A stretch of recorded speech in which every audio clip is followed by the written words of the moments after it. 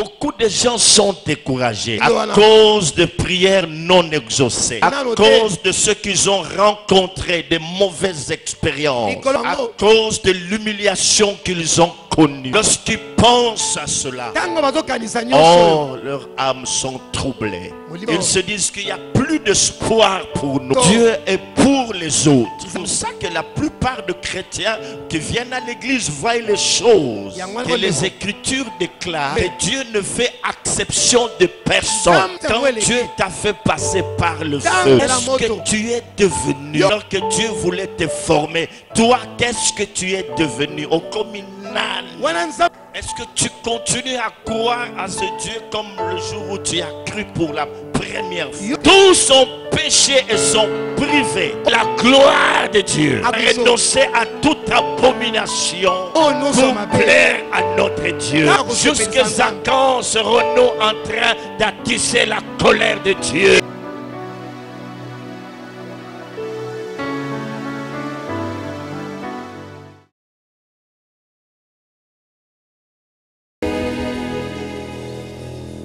Deutéronome chapitre 8, verset 2 jusqu'au verset 5.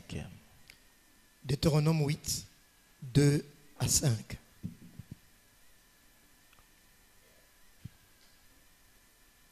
Souviens-toi de tout le chemin que l'Éternel, ton Dieu, t'a fait faire pendant ces 40 années dans le désert, afin de t'humilier et de te prouver pour savoir quelles étaient les dispositions de ton cœur et si tu garderais ou non ces commandements. Il t'a humilié, il t'a fait souffrir de la faim, il t'a nourri de la manne que tu ne connaissais pas et que n'avait pas connu tes pères, afin de t'apprendre que l'homme ne vit pas de pain seulement, mais que l'homme vit de tout ce qui sort de la bouche de l'Éternel. Ton vêtement ne s'est point usé sur toi, et ton pied ne s'est point enflé pendant ces 40 années. Reconnais à ton cœur que l'Éternel, ton Dieu, te châtie comme un homme châtie son enfant. Parole de l'Éternel. Amen. Oh, il faut acclamer la parole de Dieu. Tobeteli malobana nzambe maboko. Le grand thème de l'année, tu me donnes la force du buffle et je suis arrosé avec une huile fraîche. Mama ya likambo ya mbula oyo ezali yo pesi ngai makasi ya pakasa pe o pakoli ngai mafuta oyo asi. Nous sommes en train de dire qu'il y a des choses que nous devons affronter. Et ces choses nécessitent de notre part la force du buffle et une huile fraîche.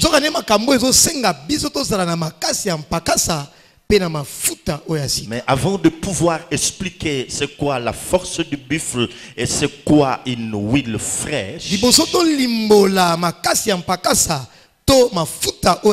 nous étions en train de dire que ces deux éléments sont très importants pour la traversée du désert.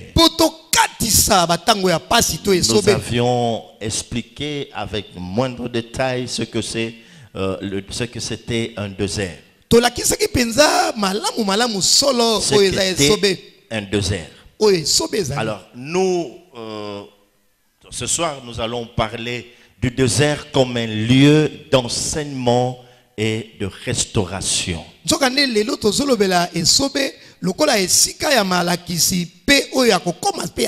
Le désert est un lieu d'enseignement et de restauration. N'oubliez pas, mes frères et sœurs, que nous sommes en train de dire que le désert n'est pas seulement un lieu de souffrance. Dieu nous fait traverser le désert parce qu'il veut nous enseigner. Dieu nous fait traverser le désert parce qu'il aimerait à ce que nous apprenions à mieux le connaître. Dieu nous fait traverser le désert pour nous humilier et nous éprouver. Ajoutez aussi ceci, que le désert est un lieu entre ce qui est et ce qui sera. Tout ça, ce sont des points importants que nous pourrons développer. Un lieu entre ce qui est et ce qui sera. Le désert était aussi un lieu entre l'esclavage et la vraie liberté.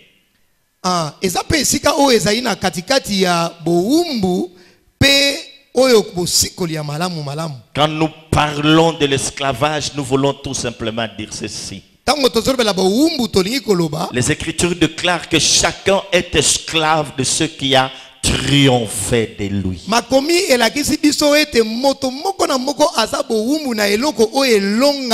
Un lieu entre l'esclavage et la liberté.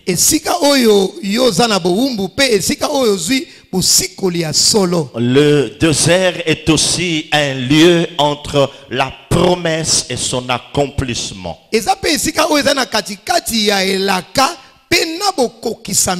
Promesse et accomplissement. Amen. Alors ce soir, je disais que nous allons voir le désert comme étant un lieu d'enseignement et de restauration.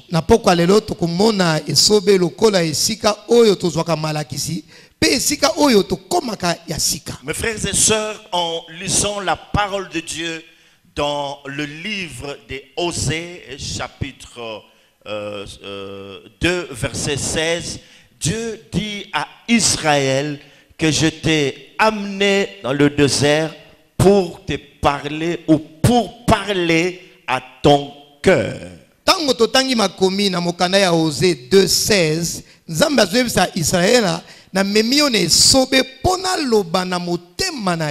C'est que pour Dieu, mes frères et sœurs, le désert est un lieu propice pour enseigner, pour que Dieu puisse enseigner à ses créatures ou à ses enfants.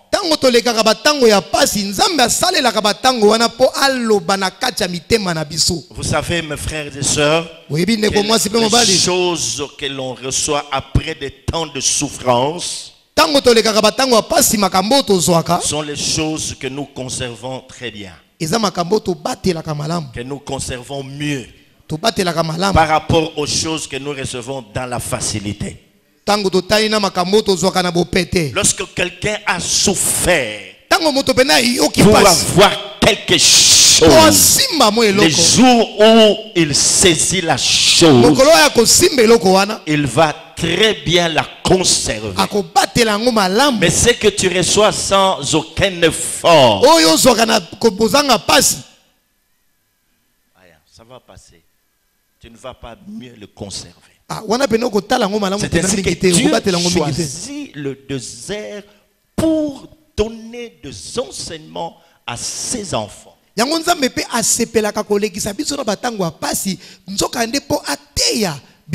En lisant ce texte, j'ai découvert une chose. Avant de vous parler d'abord de deux choses que j'ai découvertes, ici, Moïse est en train de rappeler aux enfants d'Israël une chose. Il leur dit que pendant la traversée du désert, même si nous n'avons pas été fidèles, mais Dieu lui-même est resté fidèle. Dieu est resté fidèle malgré vos murmures, malgré tout ce qui est sorti de vos bouches. Je dois vous le rappeler, Dieu est resté fidèle. Mon frère, ma soeur, quand tu traversais le désert, ou quand tu es en train de traverser le désert, il y a beaucoup de choses mauvaises que tu as commises. Mais Dieu, lui, il est resté fidèle. Alors voyons tous ensemble quel enseignement Dieu a-t-il donné à son peuple, les enfants d'Israël, au travers de en lisant la parole de Dieu, j'ai découvert ceci. Deutéronome chapitre 8 verset 3. Deutéronome chapitre 8 verset 3. Les Écritures disent ceci. Il t'a humilié, il t'a fait souffrir de la faim, il t'a nourri de la manne que tu ne connaissais pas et que n'avaient pas connu tes pères, afin de t'apprendre que l'homme ne vit pas de pain seulement. Ah oui. Ah, il y a solo. Il y a solo penza.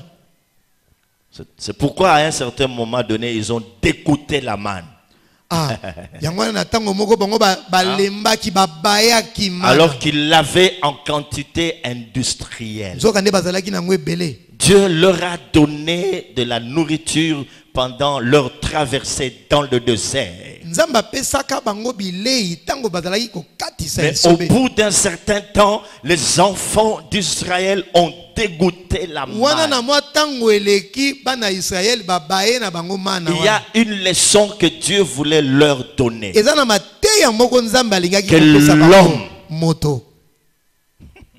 Que l'homme ne vit pas de pain seulement, mais de toute parole qui sort de la bouche. Alléluia. Amen. Le désert est un lieu d'enseignement, mes frères et sœurs. À partir de tes souffrances que tu as connues,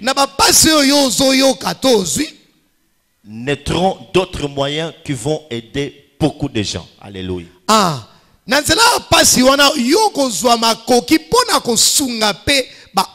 C'est comme Christ.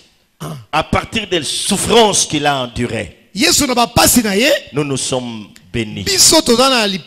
Il a été maudit pour que nous soyons bénis. Et la Bible dit que le châtiment qui nous donne la paix était tombé sur lui.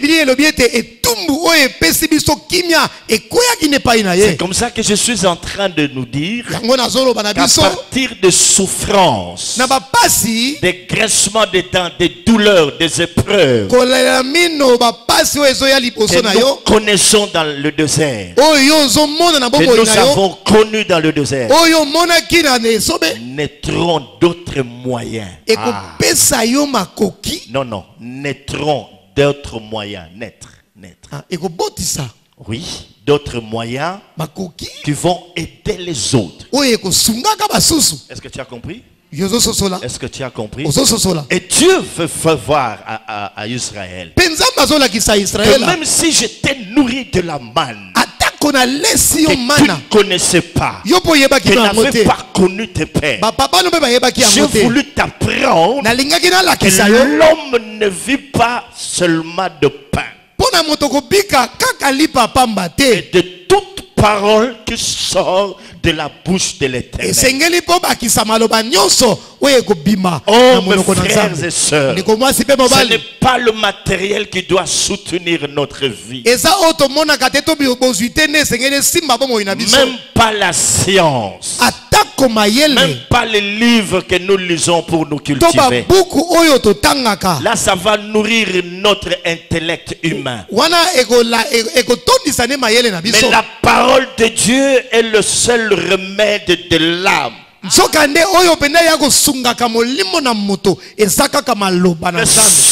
remède de l'âme, c'est la parole. C'est ainsi que lorsque quelqu'un est blessé dans son âme, au point de se dire, mon âme, pourquoi t'as battu au-dedans de moi? Pourquoi t'as battu au-dedans de moi? C'est la parole de Dieu qui peut guérir l'âme. Le seul remède d'une âme blessée, le seul remède que notre âme c'est la parole. Je dis bien c'est la parole. C'est la parole. C'est ainsi qu'il est écrit qu'il leur envoya sa parole et il les guérit. La parole de Dieu nous restaure. Sans la parole nous ne sommes rien. Dieu soutient toutes choses par sa parole. C'est dont nous avons besoin. C'est une parole qui sort à pic, qui sort à point nommé. J'avais un problème, je parle à mon cœur et directement je suis guéri à partir de la parole. Mes frères et sœurs, la parole de Dieu, ce n'est pas quelque chose qu'il faut négliger, parce que Dieu lui-même est la parole. Dieu lui-même est dans sa parole. C'est pourquoi il est écrit dans sa parole qu'il veille sur cette parole pour l'accomplir.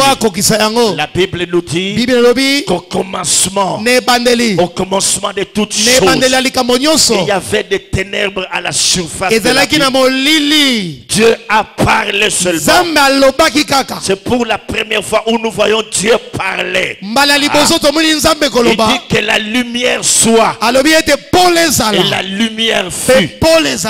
Israël, j'ai voulu t'enseigner pour que tu saches que l'homme ne vit pas seulement de pain.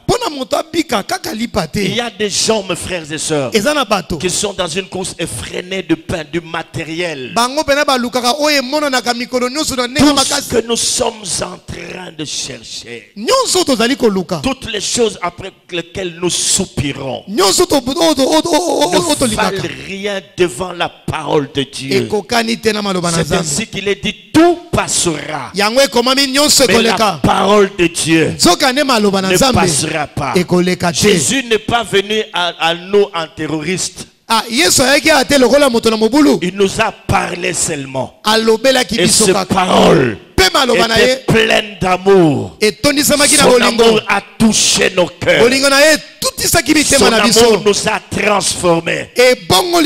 Nous qui étions des impudiques, des gens qui avons l'habitude de nous masturber, nous qui étions des drogués, des fumeurs du champ, c'est la parole qui a touché l'âme. Et cette parole nous a transformés. C'est comme ça, mes frères et sœurs. Un jour, alors que le Seigneur était là, il s'est rendu compte que tout le monde l'avait quitté. Il se rend compte qu'il y en a un qui est resté avec quelques autres personnes. Il demande à Pierre, mais toi, qu'est-ce que tu fais ici? Pierre lui dit, Seigneur, à qui d'autre irions-nous? Car c'est toi.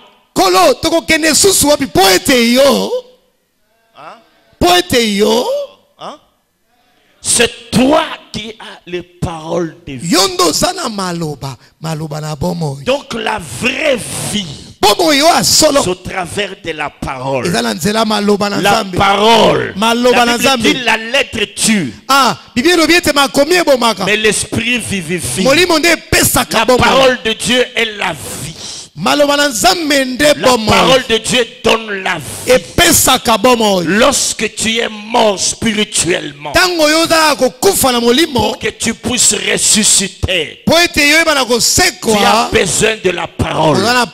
Lorsque tu es découragé, il suffirait seulement que tu entends la parole de Dieu qui vient te dire, ne crains pas, je suis avec toi, je ne t'abandonnerai pas, je ne te délaisserai pas, ne crains rien, je suis avec toi, je suis ton Dieu, je te connais par ton nom. Mon frère, ma soeur, je ne sais pas quand pour la dernière fois tu as écouté une parole qui a bouleversé toute ta vie.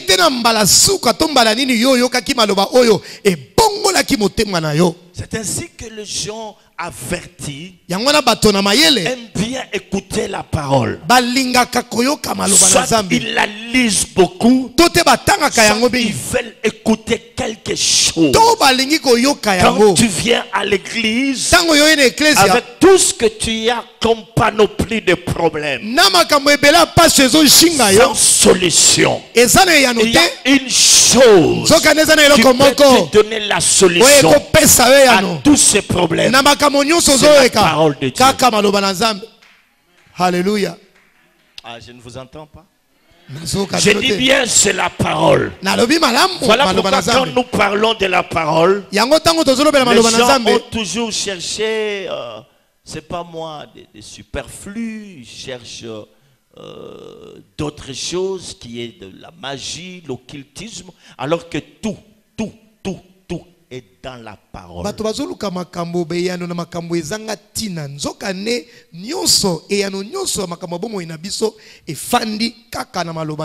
vrai problème est que nous ayons une oreille attentive lorsque tu parles. La parole de Dieu guérit. Quelqu'un qui est malade, lorsqu'il entend seulement la parole, on ne lui a pas donné, je ne sais pas moi, d'autres médicaments de ce monde, aucun produit pharmaceutique. Et lorsqu'il entend seulement la parole, il est guéri. Il y a longtemps, je vous ai raconté l'histoire de cette maman qui était à l'hôpital avec son grand garçon à l'hôpital. Ce garçon a souffert pendant plusieurs années. Et même le médecin n'attendait que sa mort. Alors un jour, comme cette maman était diaconesse dans une église, le garçon est tombé sur son Nouveau Testament. Le petit là de Jésus. Alors il est tombé sur ce passage qui dit: par ce meurtrissure, nous sommes guéris. Sa maman s'était déplacée. Lorsqu'elle est revenue, ce petit garçon va dire à sa maman: maman, c'est fini, nous devons sortir de cet hôpital. Et la maman a commencé à se dire: généralement, lorsque quelqu'un est malade, et si un jour il vous dit nous devons rentrer à la maison, il faut faire attention. Ce sont des signes qui présagent sa mort. Elle a commencé à souffrir au fond, au plus profond de son cœur. Mais elle ne savait pas. Et son fils était tombé sur la parole. Et cette parole disait: par ce meurtrissure, lui, il a cru à cette parole. Quelque chose s'est passé dans sa vie. Il a saisi cette parole. Il dit: maman, nous devons sortir. Diaconesse avec la Bible à main, mais qui ne pouvait pas comprendre que la parole de Dieu qu'elle avait est la solution à tous nos problèmes. Et au même moment, le garçon était guéri. Lorsque les médecins sont venus, ils ont constaté qu'il y avait la guérison. Ils ont voulu savoir ce qui s'était passé. Y a-t-il quelqu'un d'autre qui est venu après nous? Et la maman a dit: non, je m'étais déplacé. Lorsque je suis revenu, mon fils m'a dit que maman, nous devons sortir de cet hôpital. Il a lu les Écritures et il était guéri. Quel est ton problème? Est-ce que tu crois que lorsque tu seras en train d'écouter la parole de Dieu, cette parole peut transformer ta vie? C'est ça la leçon. Israël, ce n'était pas cette manne-là. Je t'ai demandé de manger le même jour. C'est très important. Hein? Donc je t'ai nourri de la manne que n'avait connu même pas tes pères. Je voulais t'enseigner que l'homme. Dis à celui qui est à tes côtés que ma vie dépend de la parole qui sort de la bouche de Dieu. Oh non, mais tu le dis très fort.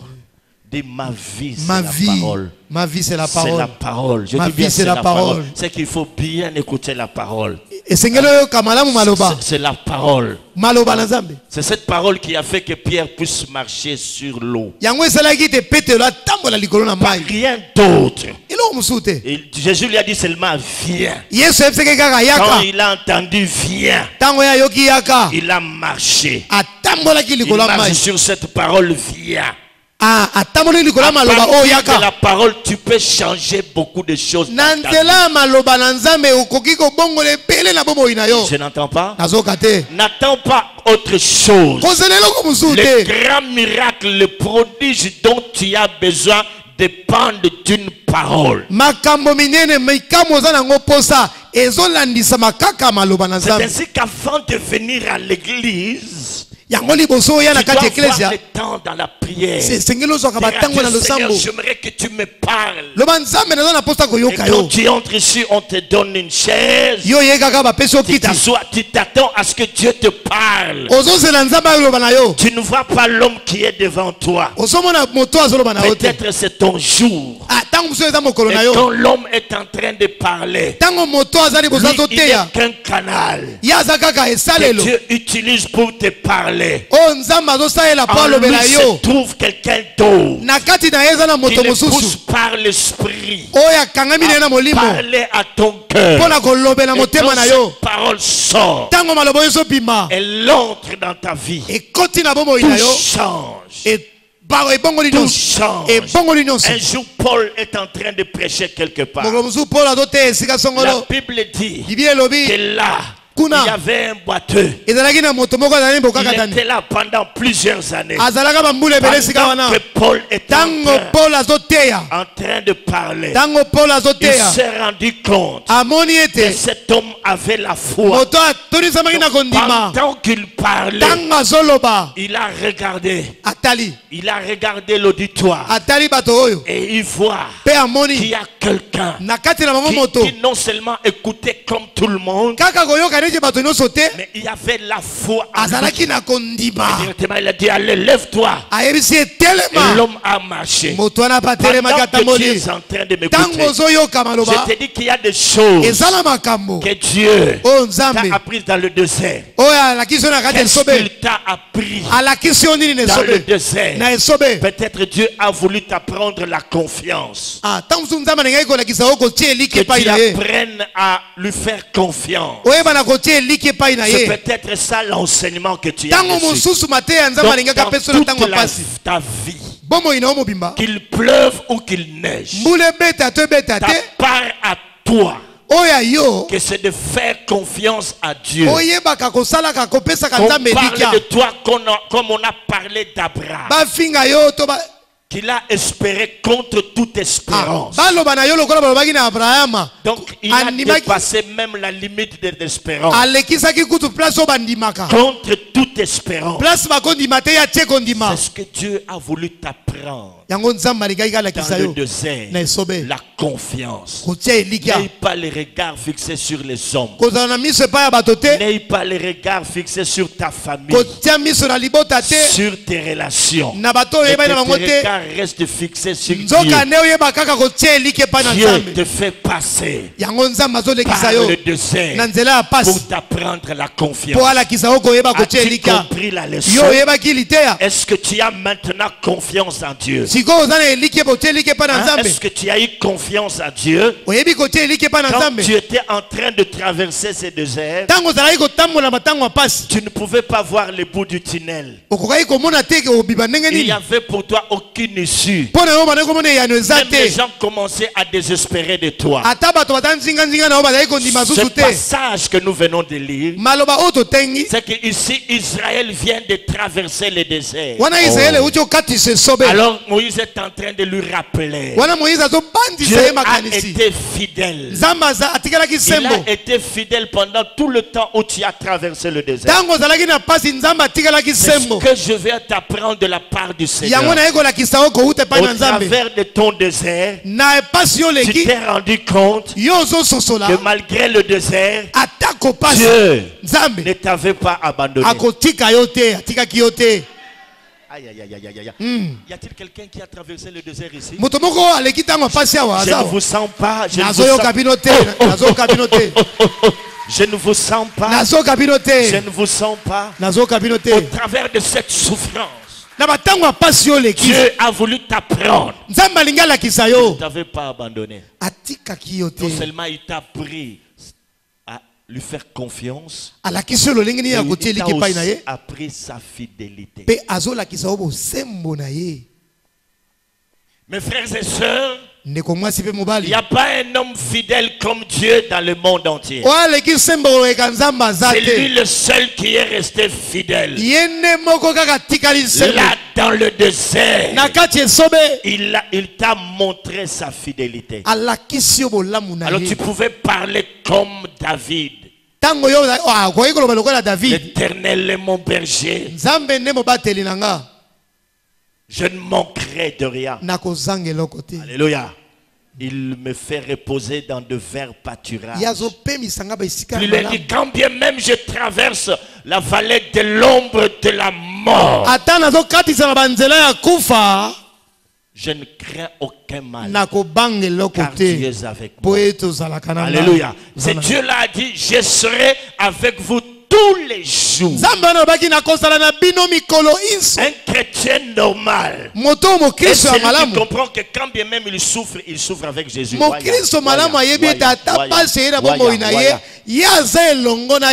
s'il est humilié, Jésus est avec lui. Quand bien même il pleure, Jésus est avec lui. Il reste fidèle.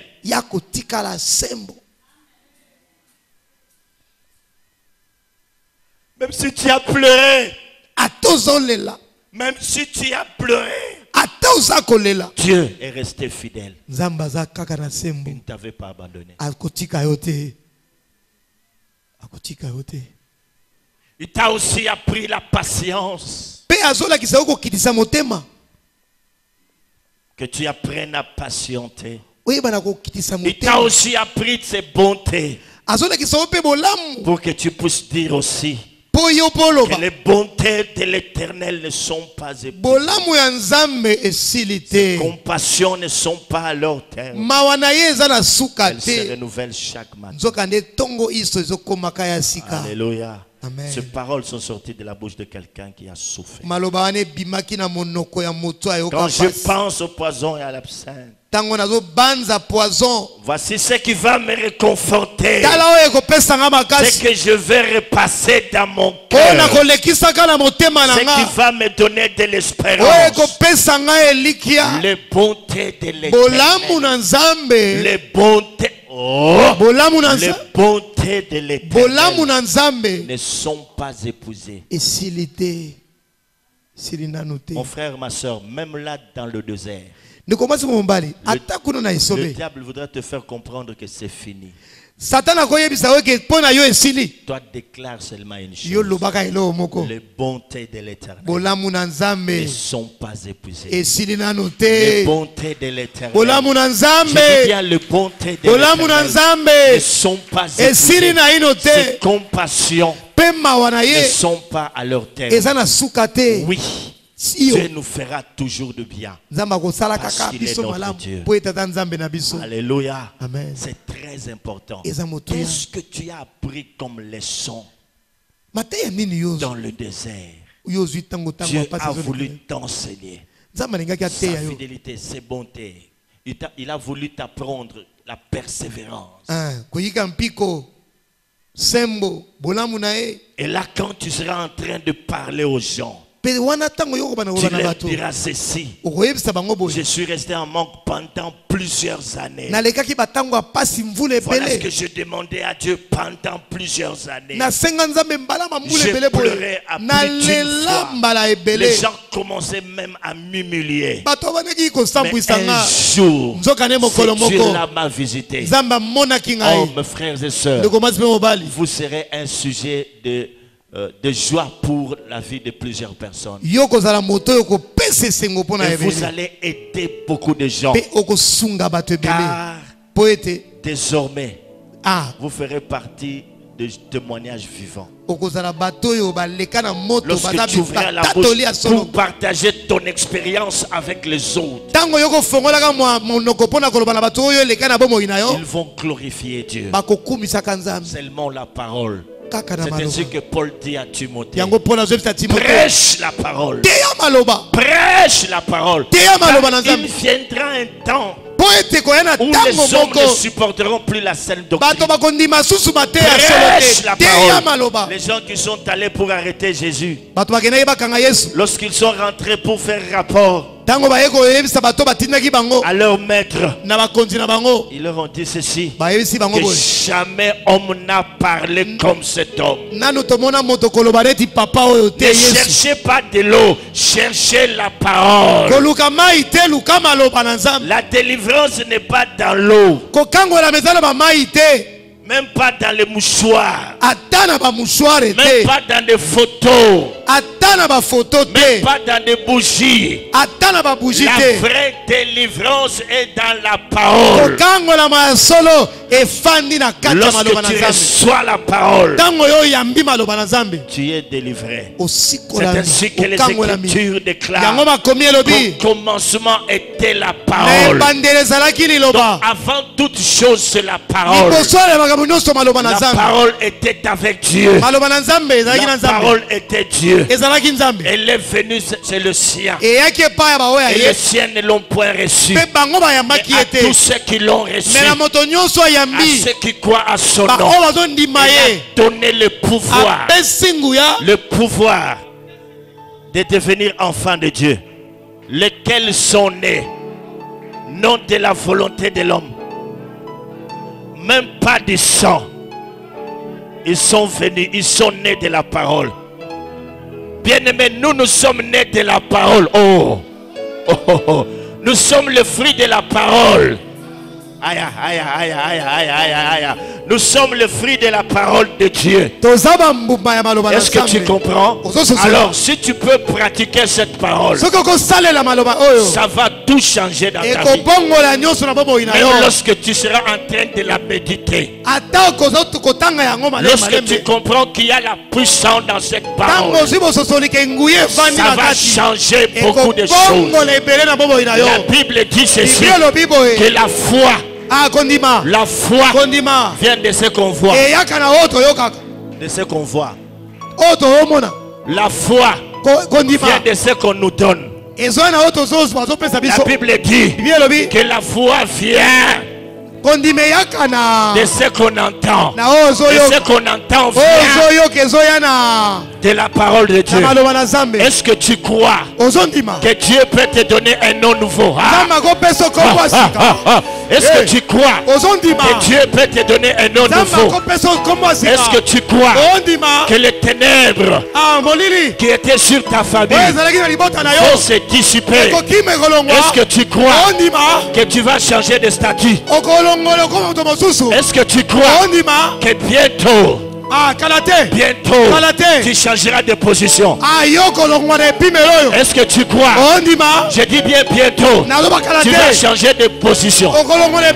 Je suis en train de parler à quelqu'un. Je dis, est-ce que tu sais que bientôt tu vas changer de position? Est-ce que tu crois que bientôt Dieu va te donner des hommes? Est-ce que tu crois que bientôt Dieu t'enverra des gens pour te soutenir? Mes frères et sœurs, est-ce que tu crois? Comme Élie, il était là, Dieu lui a envoyé un corbeau. Souvent Quand nous enseignons sur le corbeau, nous disons que c'est un oiseau de mauvais augure. Mais ce que nous avons oublié, que non seulement que le corbeau est un oiseau impur, mais le corbeau est aussi un oiseau gourmand. Il était très gourmand. Et maintenant Dieu lui donne à manger. Toi l'oiseau gourmand, il pouvait manger ça. Mais comme il y a la parole,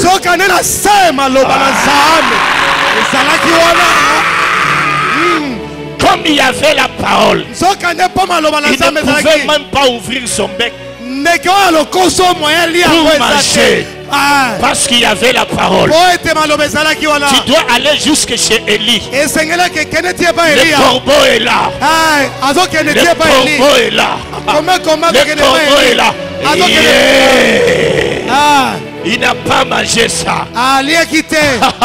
Mes frères et sœurs, c'est la parole qui te change. Je dis bien la parole. Je dis bien la parole. Je dis bien la parole. La parole.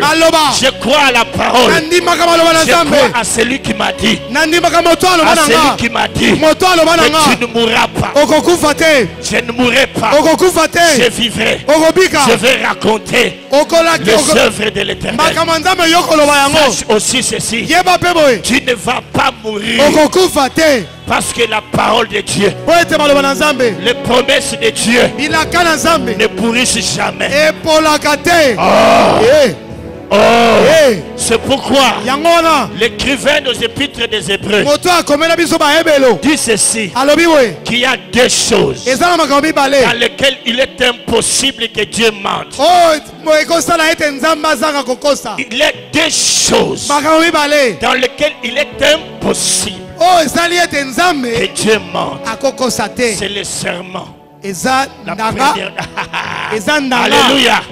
Et ses promesses. Dieu ne ment jamais.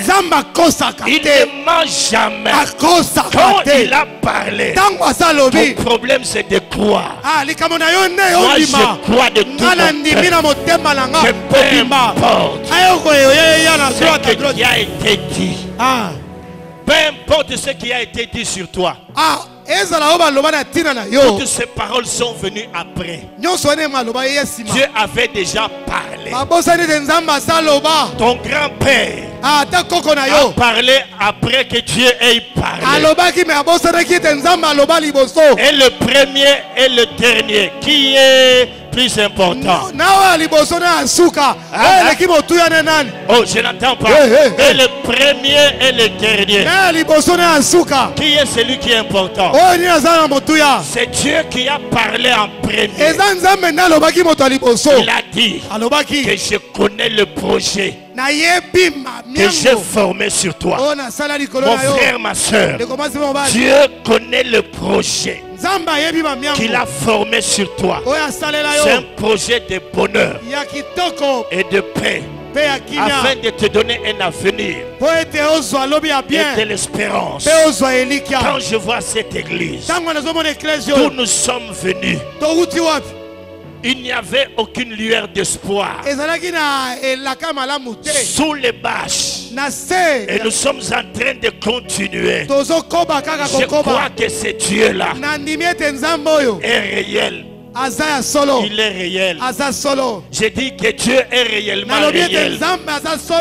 Le voleur ne vient que pour dérober, égorger. Mais moi, je suis venu pour que mes brebis aient la vie, et la vie en abondance. Amen. Amen, amen. Même si tout le monde de ta famille ne croit pas, mais toi tu vas croire. Parce que la parole de Dieu est une garantie pour nous. Tu sais, quand quelqu'un cherche une maison, ce qu'il cherche en premier, garantie. Et lorsqu'il a la garantie, qu'est-ce qu'il dit? Il change de langage. Il dit comme j'ai la garantie, j'aurai la maison. Et toi, la garantie que tu as, c'est plus que l'argent. Tu as les paroles. Alors lève-toi et commence à prophétiser sur ta vie. Lève-toi et commence à prophétiser. Vois Dieu qui change ta vie. Quand bien même il y aura de temps difficiles. Mais ceux qui ont des promesses verront la gloire de Dieu.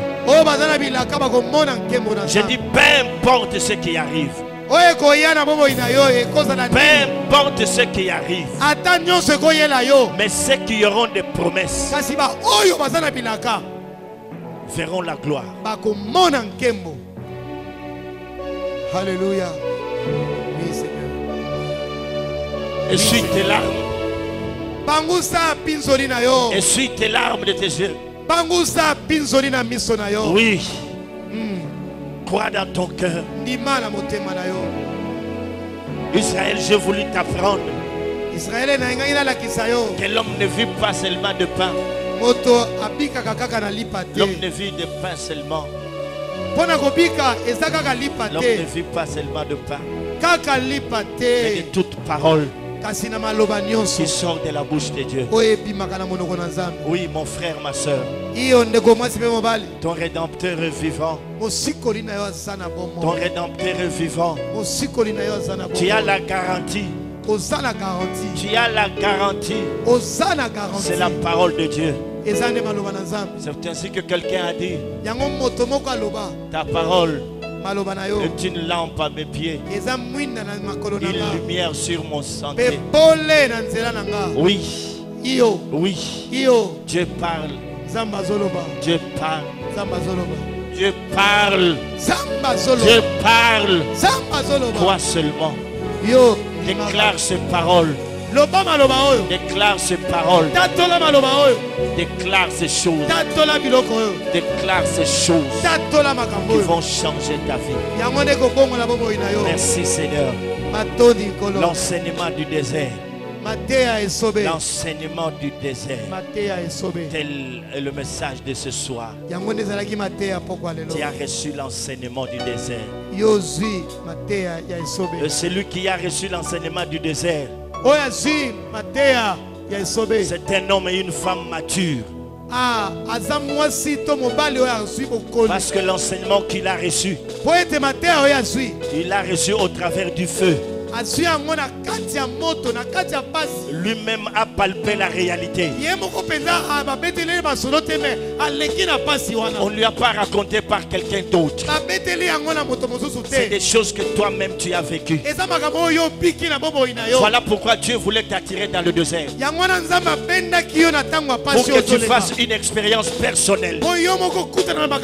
L'enseignement que tu as, toi-même tu l'as vécu, afin que tu sois un témoin vivant.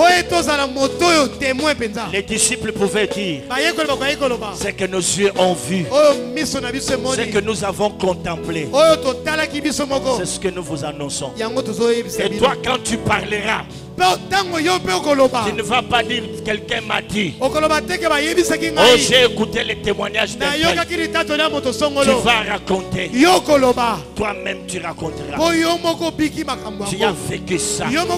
L'enseignement du désert est très important, parce que ce sont des choses que nous-mêmes nous avons vécues, pas quelqu'un d'autre. Ce sont les choses que nos propres yeux ont vues, pas quelqu'un d'autre.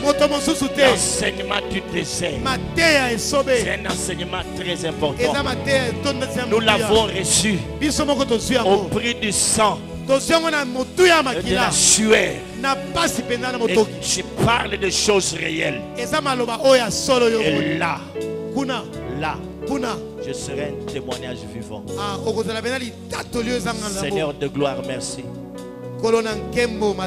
Merci parce que le frère ou la soeur qui était en train de traverser le désert, qui avait pleuré, Maintenant, il a compris qu'il doit rester à ton écoute. Merci pour cela. Nous te disons merci. Nous te disons merci, Seigneur, parce que tu nous parles. Quand tu nous parles, c'est pour notre bien. Tu nourris nos âmes. Tu nous réconfortes. Tu nous fortifies. Merci.